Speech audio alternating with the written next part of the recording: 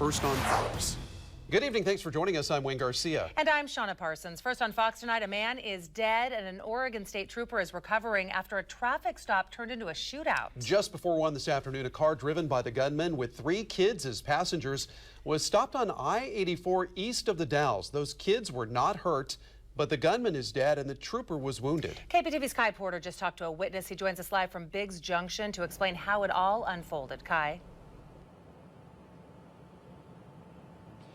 Shauna, Wayne, tonight state police say that all 3 of those kids are over the age of 10, although it is not clear why they were in the car with this guy or how they knew him. Although investigators did say that the man got out of the car before firing that shot at the trooper. The man who owns Denty's Market and Deli behind me and at one point feared for the safety of his own children during this whole thing witnessed the aftermath to this violent encounter on the interstate. A friend of mine that lives in the Dalles called me on the phone and said, I heard on the scanner there was a shooting by your house, somewhere by your house. Jim Stroud was dropping supplies off at his deli when he got a call about a shooting just a few miles from his house.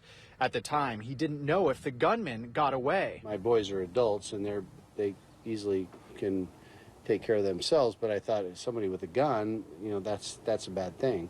So I wanted to get home and check on them. Meantime, state troopers rushed to the scene, which Air 12 later flew over. They say the driver of this car opened fire on a trooper during a traffic stop. The trooper was shot once in the side and returned fire. The gunman tried to take off, but officers found him about half a mile up the road, slumped over behind the steering wheel.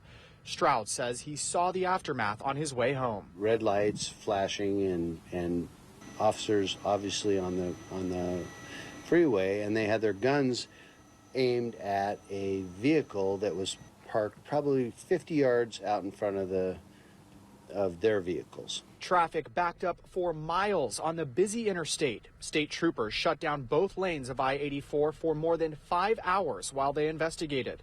Stroud passed back by the scene after it was all over. And at that point, the vehicle that was parked in front of the state police was empty, and the doors were open, and there was cops standing all around the vehicle, and they had their sidearms holstered, and so I thought, well, everything's done.